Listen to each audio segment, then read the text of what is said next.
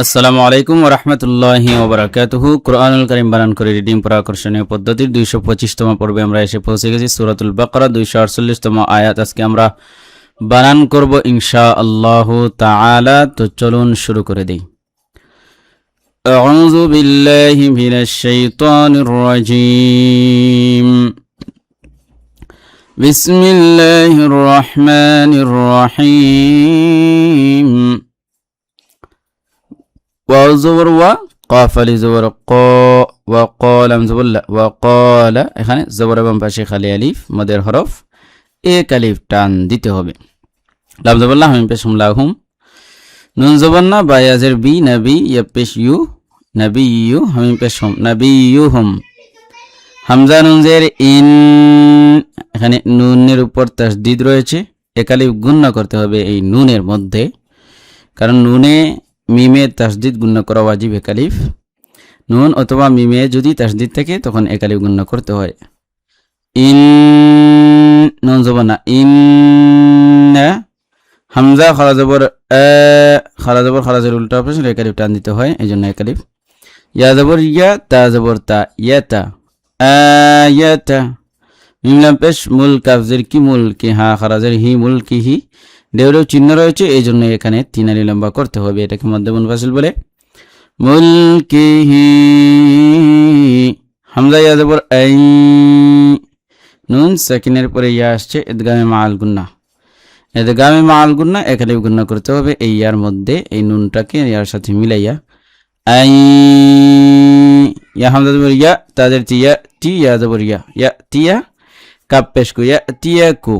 মিম তা পেশ মুত, তা আলিফ জবর তা, মুত জবর বাম পাশে খালি আলিফ মদের হরফ এক আলিফ টান। তা বাবা পেশ বু, পেশের বাম পাশে জজম ওয়ালা ওয়া মদের হরফ এক আলিফ টান দিতে হবে। তাবুতু ফায়াজের ফি, এখানে জেরের বাম পাশে জজম ওয়ালা ইয়া, জেরের বাম পাশে জজম ওয়ালা ইয়া মদের হরফ এক আলিফ টান। ফি হাজের হি, ফি হি। সিন জবর সা, কাবিয়াদের কিসা কি, এখানেও মদের হরফ হয়েছে, জেরে বাম পাশে জজম ওয়ালা ইয়া মদের হরফ এক আলিফ টান। নুন জবর না, তামিম দুই পেশ তুম, নুনে মিমে তাসদিদ গুণা করা ওয়াজিব, এই জন্য এই মিমে গুণা করতে হবে। তুম মিম রাদের মির, রাবা জবর রব, বাদের বি, মির রব্বি, কাফ মিম পেশ কুম, মির রব্বিকুম, মির রব্বিকুম। নুন সেকিনের পরে রা আসছে, মিলাইয়া পড়তে হবে রাকে, নুনকে রার সাথে, কিন্তু এখানে গুণনা হবে না। ওকে, অজবর বা জবর বা, ওয়া বা কাফ ইয়াজের কি, ওয়া বা কি ইয়া জবর ইয়া, ওয়া বা কি ইয়া। তামিম দুই পেশ তুম, মিম মিম জের মিম, দেখেন নুনে মিমে তাসদিদ গুণনা করা ওয়াজিব, দুইটাতে গুণনা করতে হবে। তুম মিম, এরপরে মিম আলিফ জবর মা, জবর বাম পাশে খালি আলিফ মদের হবে এক আলিফ টান। তা জবর তা, রা জবর রা, তারা, কাফ জবর কা, তারা কা, হামজা খারা জবর খারাজের উল্টা পাশে এক আলিফ টান। আল্লাম পেশ লো আলু, মিম ওয়াও পেশ মু, সিন খারা জবর সা, এক আলিফ টান দিয়েছি কেন, পেশের বাম পাশে জজম ওয়ালা ওয়া মদের হরফ, আর খারাজের উল্টা পাশে এক আলিফ টান। মুসা জবর ওয়া, হামজা খারা জবর লাম পেশ লু, ওয়া আলু, খারাজের উল্টা পাশে এক আলিফ টান। হা খারা জবর হা, রাওয়া পেশ রু, নুন জবর না, হারুনা, এখানে পেশের বাম পাশে জজম ওয়ালা ওয়া মদের হরফ এক আলিফ টান। তাহা জবর তাহ, মিম জের মি, তাহমি, লাম পেশ লু, তাহমিলু, হালাম পেশ হুল, মিম জবর মা, লাম খারা জবর লা, মালা, এখানে চার আলি লম্বা করতে হবে, এই যে তীর চিহ্ন রয়েছে এই জন্য।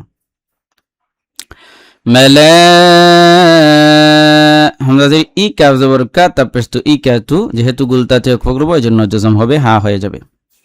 তাহমিলুহুল মালাইকা, হামজা নুন জের ইন, নুন জবর না, ইন্না, নুনে মিমে তাসদিদ গুণনা করা ওয়াজিব, এক আলিফ গুণনা করতে হবে।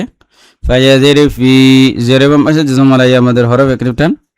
দাল খারা জবর দা, লাম জের লি, কাফ জবর কা, যালিকা, লাম জবর লা, হামজা খারা জবর লা, ইয়া জবর ইয়া, লা আয়া।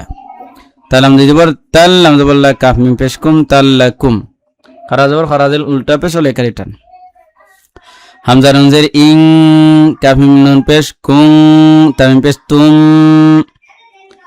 এখানে নুন সেকেন্ডের পরে কাফ আসছে ইখফা হয়েছে একালি গুণনা করতে হবে নাকের ভিতরে নিয়ে এখানে নুন সাকিনের পরে তা আসছে ইখফা হয়েছে একালি গুণনা করতে হবে নুন সাকিনে ইং কুং তুম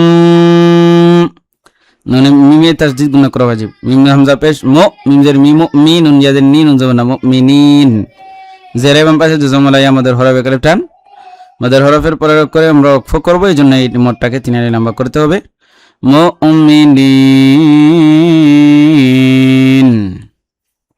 আশা করছি বুঝতেই পেরেছেন আমি একবার পড়ছি বিসমিল্লাহির রহমানির রহিম وقال لهم نبيهم إن آية ملكه أن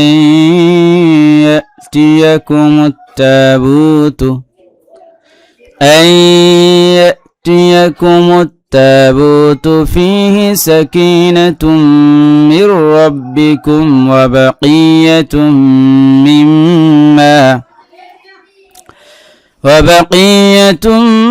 مما ترك آل موسى وآل هارون تحمله الملائكة إن في ذلك لآية لكم إن كنتم مؤمنين صدق الله العظيم। তো প্রিয় দর্শক আজকের ভিডিও এখানে শেষ করছি। আসসালামু আলাইকুম ওয়া রাহমাতুল্লাহি ওয়া বারাকাতুহু।